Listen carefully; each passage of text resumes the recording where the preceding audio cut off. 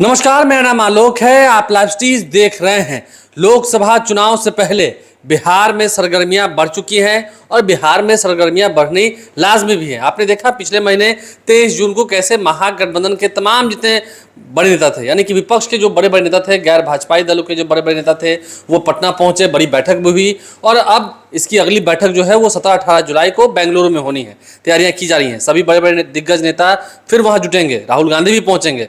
लेकिन सामने में जिस पार्टी से मुकाबला है, देखिए मुकाबला तो ऐसे एनडीए से है, लेकिन बीजेपी जिससे मुकाबला है, जिसकी सत्ता है केंद्र में, उसकी कैसी तैयारी है। अगर हम बिहार की 40 सीटों पर अगर गौर करें तो बीजेपी के पास फिलहाल 17 सांसद हैं और तैयारियां तो की जा रही हैं। प्रदेश अध्यक्ष भी बदले गए, सम्राट चौधरी को बिहार की कमान मिली और सुशील मोदी भी इन दिनों काफ़ी हमलावर हैं। नीतीश कुमार तो तैयारी कर रहे हैं। बिहार विधानमंडल का सत्र भी चल रहा है, आप देख रहे हैं, हंगामेदार सत्र है। तेजस्वी यादव से इस्तीफे की बात हो रही है, तेजस्वी यादव भी बखूबी जवाब दे रहे हैं, अलग बात है। लेकिन बीजेपी की तैयारी कैसी है? 18 जुलाई को बैठक भी है। एक तरफ जहां महागठबंधन की बैठक, वहीं बीजेपी अपने तमाम सहयोगी पार्टियों को जो उनका साथ देगी अगले साल लोकसभा चुनाव में, उन्हें भी बुला रही है, उनके साथ बैठक होगी। देखिए आलोक, बीजेपी जिसे दुनिया की सबसे बड़ी राजनीतिक पार्टी सदस्यों की संख्या के हिसाब से माना जाता है, नरेंद्र मोदी उसके फेस, ठीक है, हाँ, और अमित शाह चाणक्य। लेकिन सच ये है कि बीजेपी को बिहार में अपने आप पर भरोसा नहीं होता है, पूर्ण भरोसा नहीं होता है कि हम अकेले कुछ हैं। इसलिए बीजेपी को लाठियों की जरूरत पड़ती है बिहार में। एक नहीं, कई लाठियों की जरूरत, बैसाखी की जरूरत पड़ती है। कभी नीतीश कुमार के रूप में, जब नीतीश कुमार होते हैं तो लाठी तगड़ी होती है, इसलिए दूसरी लाठियां कम जरूरत में आती हैं। लेकिन जब नीतीश कुमार नहीं होते हैं तो बहुत सारी लाठियों की आवश्यकता पड़ जाती है। तो बिहार में बीजेपी यह मानती है कि बहुत कठिन है। आज भी आप देखिए ना, बीजेपी जो केंद्र की सत्ता में है, दुनिया की सबसे बड़ी राजनीतिक पार्टी है, दिल्ली में उसे किसी सहयोगी की जरूरत नहीं होती है, मध्य प्रदेश में किसी सहयोगी की जरूरत नहीं होती है, छत्तीसगढ़ राजस्थान में भी जरूरत नहीं, छत्तीसगढ़ राजस्थान में भी नहीं होती, कर्नाटक में भी जरूरत नहीं, हिमाचल में भी जरूरत नहीं होती है। लेकिन बिहार आते आते बीजेपी का पैर लड़खड़ाने लगता है। बगल के झारखंड में भी नहीं है, बंगाल में भी नहीं है, यूपी में भी नहीं है। नहीं, यूपी में तो उन्हें जरूरत पड़ जाती है, छोटी छोटी जरूरतें हैं वहां, जैसे देखे तो अनुप्रिया पटेल के साथ, अपना दल के साथ। विकराल रूप तो वहां योगी आदित्यनाथ का है ना। नहीं, वो ठीक है। देखिए, यूपी के बारे में कहेंगे तो पहले देश का नारा जो था वो यूपी में लगता था मोदी योगी, लेकिन अब यूपी के लोग कह रहे हैं वहां नारा लग रहा है योगी मोदी, ठीक है। लेकिन हम बिहार पर ही अभी केंद्रित करते हैं। तो बिहार विषम है, बीजेपी को भी इस बात का एहसास है और इसके लिए बीजेपी कहां कहां पहुंच रही है। बीजेपी नीतीश कुमार नहीं है, भले बीजेपी कह देती है कि नीतीश कुमार को हमने मुख्यमंत्री बनाया, ठीक है, लेकिन यह भी सच है कि नीतीश कुमार के चेहरे पर बिहार में बीजेपी को सत्ता मिली और यह भी सत्य है कि नीतीश कुमार के चेहरे पर ही 2015 में फिर से महागठबंधन की सरकार भी बनी, जिसमें तेजस्वी यादव डिप्टी सीएम पहली बार बने और फिर से राजद ने सत्ता का भोग करना प्रारंभ किया, ठीक है ना। तो नीतीश कुमार का चेहरा है। लेकिन जब 2024 के लिए नीतीश कुमार नहीं है, मैं इसीलिए बार बार कहता हूं कि यदि आज नीतीश कुमार तैयार हो जाए पुनर्वापसी के लिए तो बीजेपी आरती लेकर उतारेगी, सब कुछ भूल जाएगी। मतलब वापसी संभव है? अरे भाई, मैं कह रहा हूं ना, बीजेपी तो साफ साफ कह रही है। अमित शाह ने भी कहा है कि अब वापसी करना भी चाहेंगे तो कहना और करना, कठनी और करनी में राजनीति में बहुत फर्क होता है हिसाब। अब देखिए, बीजेपी जब नीतीश कुमार नहीं है, उपेंद्र कुशवाहा को वापस लिया गया, चिराग पासवान से रिश्ते सुधार लिए गए। लेकिन उपेंद्र कुशवाहा को लाकर सम्राट चौधरी को अपने प्रदेश अध्यक्ष बना दिया। सम्राट, देखिए मैं उसी पर आ रहा हूं, चलिए ना अभी उसी पर आते हैं। तो चिराग पासवान के पास फिर आप पहुंचे। अब चिराग पासवान की कितनी शर्तों को आप मानेंगे, कितनी सीटें देंगे, 2019 की तरह देंगे कि नहीं देंगे, यह अलग बात है, ठीक है। पशुपति पारस का क्या होगा? अब मुकेश सहनी के पास भी आपको जाना है। जब चिराग पासवान से नित्यानंद राय की बातचीत हो गई और चिराग पासवान को अधिकृत कर दिया गया तो कल मुकेश सहनी का मिजाज थोड़ा बिगड़ा हुआ था, कि कल तक आप क्या कह रहे थे। मुकेश सहनी भी सम्मानजनक समझौता चाहते हैं और बीजेपी को मुकेश सहनी की लाठी की जरूरत भी है। ठीक है, तो मुकेश सहनी, चिराग पासवान, उपेंद्र कुशवाहा, पशुपति पारस, जीतन राम मांझी तक आप गए। कितनी लाठियां आपको बिहार में चाहिए? मतलब आप ये मानते हैं कि बीजेपी अभी इतनी मजबूत नहीं हुई है, बिहार में बीजेपी के पास इतने सिपाही नहीं हैं कि हम सभी 40 लोकसभा क्षेत्रों में खुद लड़ सकें। इस तरीके के समीकरण नहीं है और इस तरीके की जमीनी हकीकत नहीं है। जैसा कि आप मध्य प्रदेश में लड़ते हैं, हिमाचल में लड़ते हैं, दिल्ली में लड़ते हैं, छत्तीसगढ़ में लड़ते हैं, वो नहीं है बिहार में। अब देखिए, सिर्फ इसकी ही बात नहीं, नागमणि से भी कल मुलाकात हुई। शहीद जगदेव प्रसाद के बेटे, शहीद जगदेव प्रसाद के बेटे। अब जिन लोगों से मुलाकात हो रही है उन सभी को सीटें मिल जाएगी, इसमें आज भी मुझे संशय है। सभी चुनाव लड़ने वाले उम्मीदवार हैं।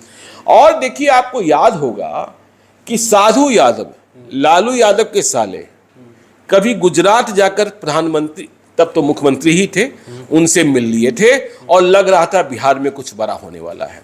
इसलिए हर मुलाकात टिकट की गारंटी है, इस बात से मैं आज भी आश्वस्त नहीं हूं। अब देखिए, बिहार विषम क्यों है? आपने ही बताया कि 17 जीती हुई सीटें हैं 2019 में, और क्यों मुलाकातें हो रही हैं? जैसा आपने कहा कि उपेंद्र कुशवाहा को लाया गया, फिर सम्राट चौधरी को बना दिया गया, अब नागमणि से भी मुलाकात की जा रही है। वैसे तो देखिए, मेरा मानना है कि एक ही जाति के 4 शेर एक जगह ठीक से नहीं रह सकते हैं, उनमें ही लड़ाई हो जाएगी, उनमें ही लड़ाई हो जाती है। आपको याद है ना, यदि आप कुशवाहा जाति की ही बात करना चाहते हैं तो उपेंद्र कुशवाहा, भगवान सिंह कुशवाहा, नागमणि सभी इकट्ठा हो गए थे, एक ही पार्टी बन गई थी। लेकिन वह पार्टी कितने दिनों से चली? नहीं चली ना। फिर वो जेडीयू में आ गए। हाँ, फिर वो जेडीयू में आ गए, फिर इधर उधर सारे लोग हो गए। तो एक ही जाति के तमाम शेर, अब देखिए आनंद मोहन भी छूट कर आए हैं, तो आनंद मोहन एक अलग राजनीति कर रहे हैं। वो रैली करने वाले हैं बड़ी। हाँ, नहीं, रैली कर ही रहे हैं, लगातार रैली कर रहे हैं। लेकिन मैं जो कहता हूं ना कि एक ही जाति की, अब आनंद मोहन ने बेटे की शादी की, बेटी की शादी की, आपको पता ही है, लेकिन 2 लोगों को न्योता देना भूल गए, मतलब अपनी ही जाति के, और उसके संदेश से कुछ और गए। जदयू के एमएलसी संजय सिंह को न्योता नहीं मिला था, जो राजपूत जाति के बड़े नेता, उदीयमान नेता हैं, जिनकी जो रैली में आनंद मोहन को लेकर नारे लगे थे, महाराणा प्रताप रैली, तो संजय सिंह को न्योता नहीं दिया गया था दोनों शादियों में। आनंद मोहन के पुराने सहयोगी किशोर कुमार मुन्ना, ये 2 प्रमुख चेहरे थे जिन्हें न्योता नहीं मिला था। किशोर कुमार मुन्ना को भी नहीं मिला था। तो इसलिए हम कहते हैं कि एक ही, अब आप देखते हैं ना कि अब भूमियार में ही देखिए, एक और अनंत सिंह होते हैं, दूसरी ओर सूरजभान सिंह होते हैं। ठीक है ना। तो 2019 17 सीटें बीजेपी ने जीती, 16 सीटें जदयू ने जीती और 6 सीटें लोजपा ने जीती। 1 सीट महागठबंधन के खाते में, कांग्रेस आरजेडी तो नीलबत्ता सन्नाटा था, 0 जी। तो देखिए, 2019 में बीजेपी ने जो एक्सरसाइजेस किए थे, जिस तरीके से टिकट बांटे थे और सभी सीटें, मतलब जहां जहां बीजेपी लड़ी थी वहां जीत हासिल कर ली थी, यदि उस पर गौर करेंगे तो आपको समझ में आएगा कि लाठी की जरूरत बिहार में बीजेपी को क्यों हो रही है और किन लाठियों की जरूरत हो रही है। सहारे की, हाँ, सहारे की, बैसाखी की। कि देखिए, जो 17 जीते हुए सांसद हैं, आपको जानना चाहिए, उनमें से 9 सांसद सवर्ण हैं, बड़ी जातियों के, फॉरवर्ड। 5 तो राजपूत हैं, मतलब 17 में 9, 50% से भी अधिक अग्रे हैं। कौन कौन? अब समझ लीजिए आप, बक्सर से अश्विनी चौबे, बेगूसराय से गिरिराज सिंह, दरभंगा से गोपाल जी ठाकुर, महाराजगंज से जनार्दन सिंह सिग्रीवाल, आरा से राजकुमार सिंह, मोतिहारी से राधा मोहन सिंह, सारण से राजीव प्रताप रूरी, पटना साहिब से रविशंकर प्रसाद और औरंगाबाद से सुशील कुमार सिंह।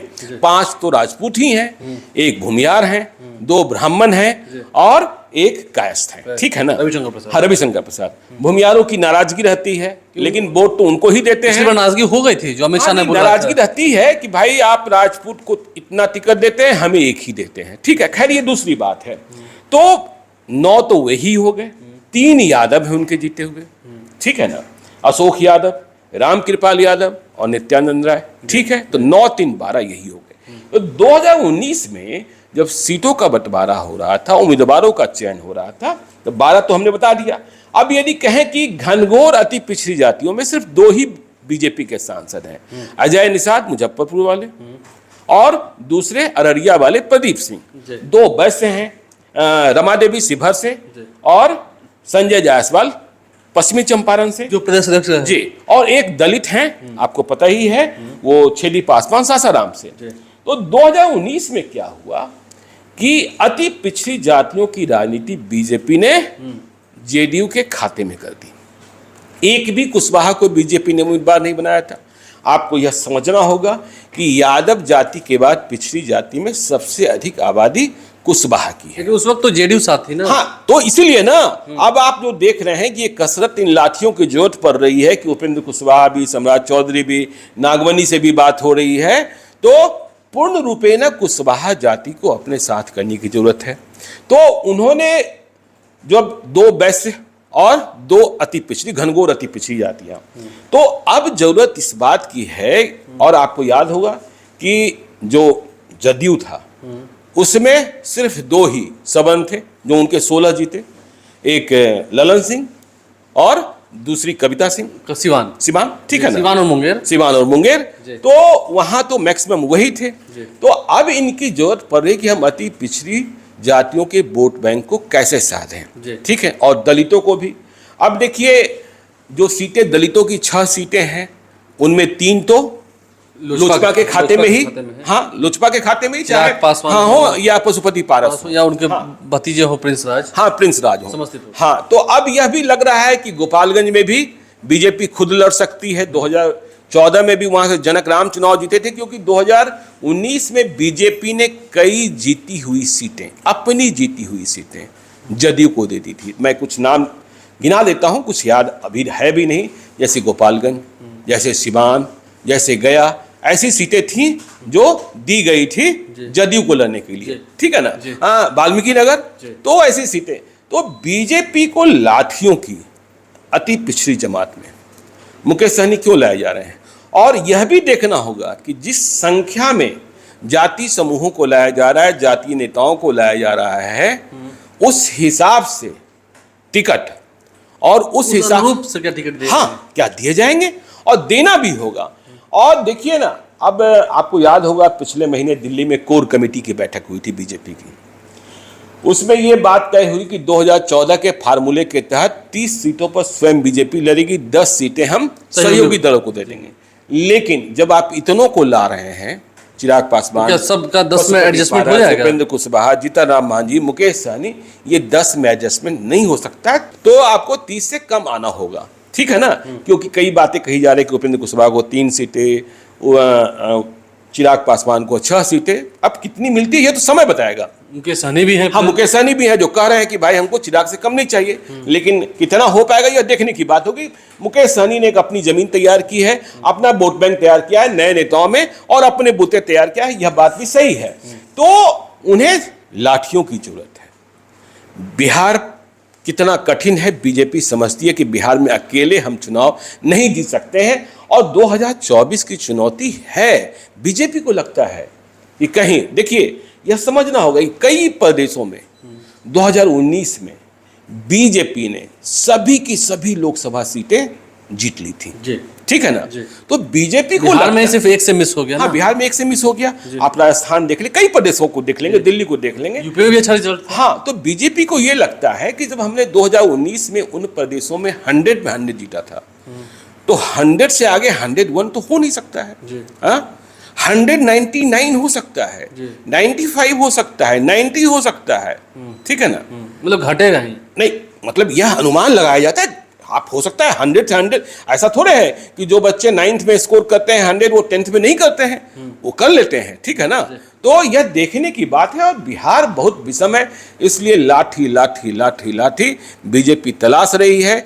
अब किसको कहां और तलाशेगी, जो नीतीश कुमार और लालू यादव के गठबंधन को, मूल चेहरे तो यही है ना, उन्हें चुनौती देने में। हाँ, लेकिन महागठबंधन में कांग्रेस के साथ सामंजस्य बैठाना भी कठिन काम होगा, क्योंकि हम महागठबंधन में यह सुर सुन रहे हैं कि कांग्रेस को 3 सीटें कोई कह रहा है मैक्सिमम 4 सीटें। तो राहुल गांधी को आप दुल्हा भी बनाना चाहते हैं, जो वो बन नहीं सकते हैं क्योंकि अभी तो अयोग्य हैं, और कांग्रेस को मात्र 3 सीटें बिहार में देंगे, तो फिर क्या होगा? क्या होगा देखना होगा, क्योंकि लड़ाई बड़ी है। और बड़ी लड़ाई कैसे कि एक भीषण लड़ाई जो है वो जब बिहार में ही हो रही है, बिहार से ही शुरू हुई।